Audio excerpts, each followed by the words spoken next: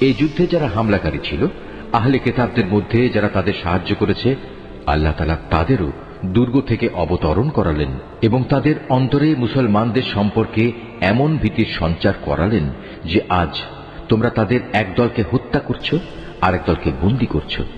তিনি তোমাদের তাদের জমিন, বাড়িঘর ও সহায় সম্পত্তির উত্তরাধিকারী বানিয়ে দিলেন। আল্লাহ তাআলা এর ফলে তোমাদের এমন সব ভূখণ্ডের অধিকারী বানিয়ে দিলেন যেখানে তোমরা এখনো কোনো সামরিক অভিযান পরিচালনাই করনি। সত্যি আল্লাহ তাআলা সর্ববিষয়ের উপর একক ক্ষমতাবান।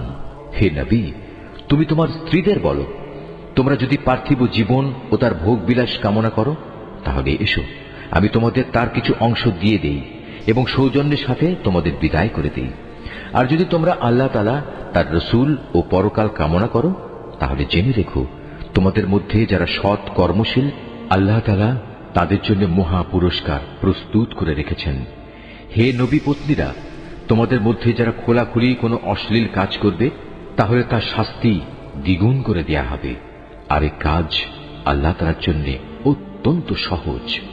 তোমাদের মধ্যে যারা আল্লাহ তাআলা ও তার রসুলের আনুগত্য করবে, এর সাথে সে নেক কাজও করবে, আমি তাকে দুবার তার কাজের পুরস্কার দান করব। আমি পরকালে তার জন্য সম্মানজনক রিজিক প্রস্তুত করে রেখেছি। হে নবী পত্নীরা, তোমরা অন্য নারীদের মতো সাধারণ নারী নও। যদি তোমরা সত্যিই আল্লাহ তাআলাকে ভয় করো, তাহলে অন্য পুরুষদের সাথে কথা বলার সময় কোমলতা অবলম্বন করো না।